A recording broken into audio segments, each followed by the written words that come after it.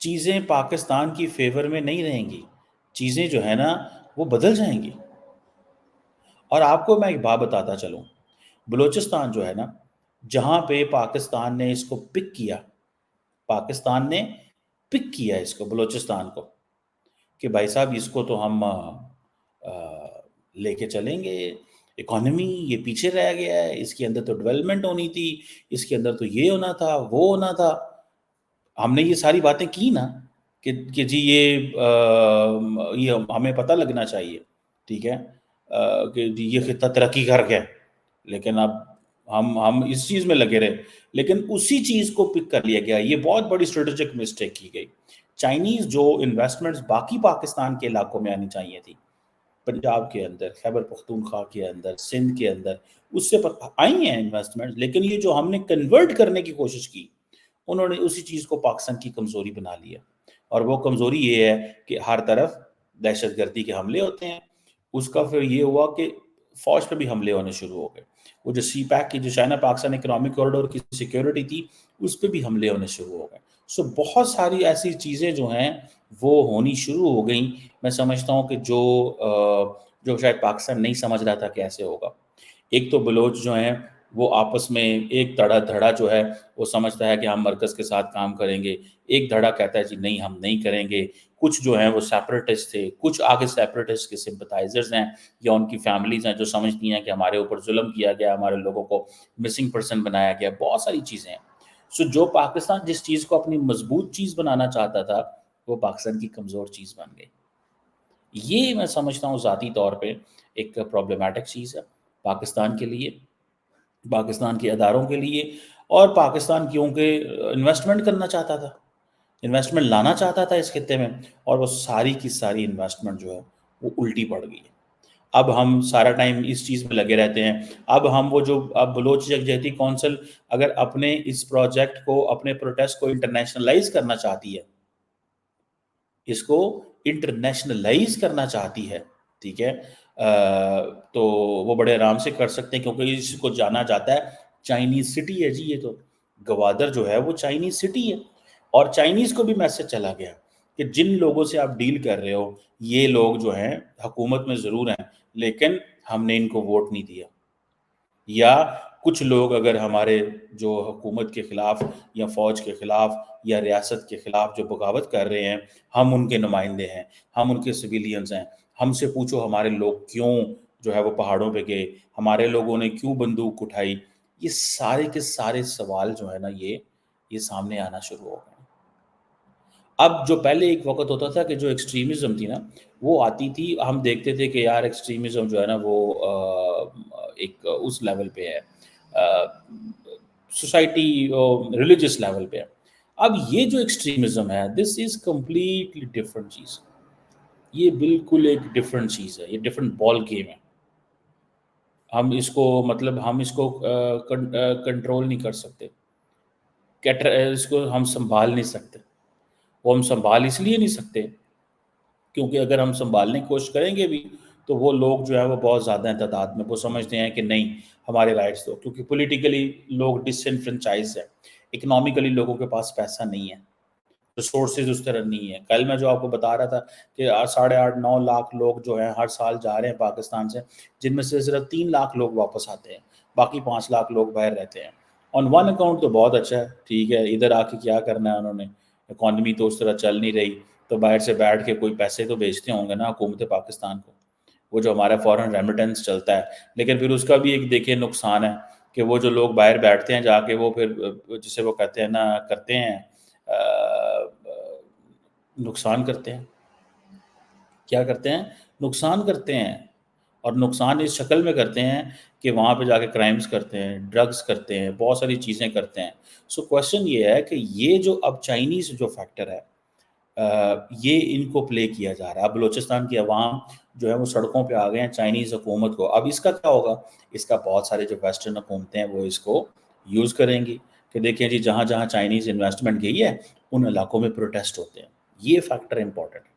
مثال کے طور پہ اچھا یہ وہ علاقے ہیں جہاں چین، اچھا ہوتا یہ ہے کہ بہت سارے لوگ جو باہر بیٹھے ہوئے ہیں، دے ڈونٹ انڈرسٹینڈ کہ وہاں پہ لوکل ایشو کیا ہے، لیکن ان کو یہ چیز تو پتہ چل گئی کہ ہاں جی یہاں پہ ایک کرائسس ہے، یہاں پہ ایک ایشو ہے، یہاں پہ ایک ایسا پرابلم ہے جس کو ایڈریس کرنے کی ضرورت ہے.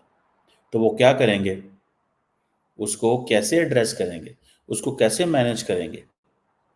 ٹھیک ہے. تو وہ اس میں پھر یہ کہتے ہیں کہ جی وہ جی وہاں پہ چائنیز جو ہیں وہ انہوں نے انویسٹمنٹ کی ہوئی ہیں، تو لہٰذا وہاں پہ پروٹیسٹ شروع ہو گئے ہیں، کیونکہ لوگ سمجھتے ہیں کہ ہمیں روزگار نہیں ملا، جابس نہیں ملی، چائنیز نے حکومتوں کو قرضے دیے، حکومتیں جو ہیں وہ پیسے کھا گئیں، یا حکومتوں کے اوپر قرضے چڑھ گئے، یہ ڈیٹ ٹریپ ہے، یہ فلاں چیز ہے. اب ہوگا کیا کہ وہ ایک انٹرنیشنل پکچر بھی بنتی ہے. سو یہ جو بلوچ پروٹیسٹرز ہیں، انہوں نے بڑا اسٹریٹجیکلی اینڈ ایک امپورٹنٹ انداز سے گوادر کو چنا ہے تاکہ اپنے مسئلے کو انٹرنیشنلائز کر دیا جائے. اور حکومت جو ہے اس کی پریشانی یہ ہے کہ حکومت کے کیس کو کوئی ڈیفینڈ ہی نہیں کرتا. پولیٹیکل پارٹیز سائلنٹ ہیں، جو حکومت میں پولیٹیکل پارٹیز ہیں وہ بینیفیشری ہیں لیکن سائلنٹ ہیں، اس طرح بولتے نہیں، کیونکہ بہت سارے کہتے ہیں کہ جو حکومتی عہدیدار ہیں، جو لوگ ہیں، وہ سمجھتے ہیں کہ جو ہو رہا ہے بلوچوں کے ساتھ یہ غلط ہوا ہے، ان کو حقوق ملنے چاہیے.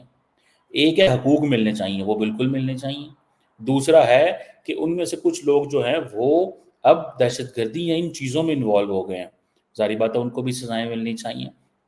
لیکن اسلام آباد بھی نہیں آنا. پہلے ہوتا تھا کہ ایک پروٹیسٹ لاہور میں ہوتا تھا، اسلام آباد میں ہوتا تھا، تو آپ کہہ دیتے تھے کہ ٹھیک ہے جی، اوکے فائن، ہم جو ہے وہ میڈیا نے کور کر لیا. اب کیا چیز ہے؟ اب یہ ہے کہ اب آپ اتنی دور نہیں جا سکتے بیکاز آپ کے پاس ریسورسز کا پرابلم ہے. اب آپ گوادر میں کرو because Gwadar is known for China, and immediately آپ جو اینٹی چائنا میڈیا اس کو پک کر لیں گے. سو انہوں نے بڑے زبردست طریقے سے جو گوادر کے حوالے سے جو وہ ہے اس میں لوگوں کو لے کے آئے ہیں، موبلائز کیا ہے. اس سے نکلے گا کیا؟ مجھے نہیں اندازہ کیا نکلے گا. یہ لوگ آئیں گے پھر چلے جائیں گے، پھر آئیں گے پھر چلے جائیں گے. لیکن کوشچن یہ ہے کہ فار لانگ ٹرم پاکستان کو بیٹھنا پڑے گا، پاکستان کو انگیج کرنا پڑے گا ان کے ساتھ، پاکستان کو اپنے رابطے بڑھانے پڑیں گے ان کے ساتھ. اگر پاکستان نہیں کرتا یا یہ چیزیں نہیں ہوتی تو تھنگز ول بی ڈیفیکلٹ. چیزیں بہت مشکل ہوتی جائیں گی، چیزیں جو ہیں وہ ویسے نہیں رہیں گی جیسے پہلے تھی.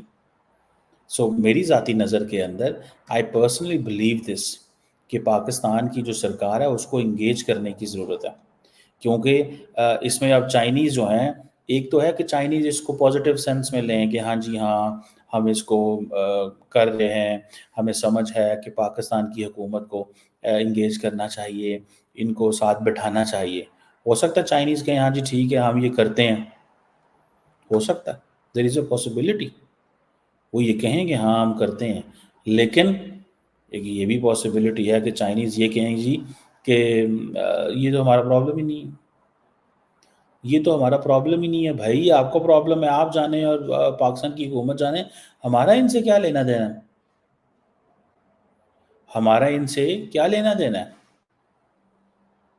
سو یہ چیزیں جو ہیں یہ ہیں. اور میں آپ کو بات ہوں جس طرح کا چائنیز کا مزاج ہے، چائنیز صرف حکومتوں سے کام کرتے ہیں، وہ پرائیویٹ لوگوں سے ان سے کوئی تعلق نہیں ہے، میڈیا سے ان کو کوئی تعلق نہیں ہے، سول سوسائٹی کا ان سے کوئی تعلق نہیں ہے. اور دوسری بات یہ ہے کہ وہ رکھیں بھی کیوں؟ وہ ایک ہی چیز سمجھتے ہیں کہ بھائی ہم جو ہے نا یہ اگر تعلق رکھیں گے بھی تو صرف اس میڈیا سے رکھیں گے جو فرینڈلی میڈیا ہے، صرف ان لوگوں سے رکھیں گے جو ہماری سپورٹ کرتے ہیں. سو چائنیز آپ کو پتہ ہے اس معاملے میں بڑے وہ سیانے ہیں، سمجھداری کرتے ہیں. لیکن وہ سمجھداری انہوں نے کیا کرنی ہے، اس کا نقصان بھی ہوتا ہے. اس کا نقصان یہ ہوتا ہے کہ جو آلٹرنیٹ وائسز ہیں وہ سامنے نہیں آتی. اور ظاہری بات ہے آلٹرنیٹ وائسز چائنیز کا مسئلہ نہیں ہے. چائنیز نے اپنے ملک میں کون سا آلٹرنیٹو وائسز کو اسپیس دی ہوئی ہے؟ انہوں نے تو اپنے ملک میں بھی سب کو دبایا ہوا ہے. صرف ہر وہ بندہ جو شی جن پنگ کی تعریف کرے گا، یا ہر وہ بندہ جو نظام جو سسٹم کی تعریف کرے گا اس کی بات رہے گی. سو لیکن یہ یاد رکھیں کہ یہ جو پروٹیسٹ ہیں یہ ویسٹرن لبرل میڈیا جو ہے اس کی آنکھ کا تارا پروٹیسٹ ہے. ان پروٹیسٹ کی جو ویلیو ہے وہ ایک گلوبل نظر میں ہوتی جا رہی ہے. اور میں سمجھتا ہوں کہ بلوچ یکجہتی کونسل کے وہ جو خاتون ہیں مہارنگ بلوچ صاحبہ، انہوں نے بڑا اسٹریٹجیکلی اینڈ امپورٹنٹلی اس شہر کو چنا ہے. اس سے پہلے تھوڑا عرصہ پہلے ایک مولانا ہدایت الرحمان تھے جماعت اسلامی کے، انہوں نے بھی چنا تھا. وہ اس دفعہ ایم پی اے بن گئے ہیں، ممبر پروونشل اسمبلی بن گئے ہیں. سو مولانا ہدایت الرحمان صاحب جو ہیں وہ ممبر پروونشل اسمبلی بن گئے ہیں، اور انہوں نے حکومت کے خلاف پروٹیسٹ دو، حق دو تحریک تھی، اور وہ بھی چائنیز کے خلاف تھا۔ سو اگر بلوچستان کے اندر جو مذہبی پروٹیسٹ گروپ پروٹیسٹ کرتے ہیں وہ بھی چائنیز کے خلاف چلے جاتے ہیں، اگر بلوچ ایتھنک گروپس کرتے ہیں وہ بھی چائنیز کے خلاف چلے جاتے ہیں۔ So Chinese are in difficult situation کے اندر ہے، ٹھیک ہے نا جی، وہ بہت ڈفرینٹ انوائرمنٹ کے اندر ہے، اور ان کو اس چیز کا پتہ ہے کہ کیا ہونا ہے اور کیا نہیں ہونا۔ بہرحال let's see how it unfolds and how it goes, but this is a very interesting case.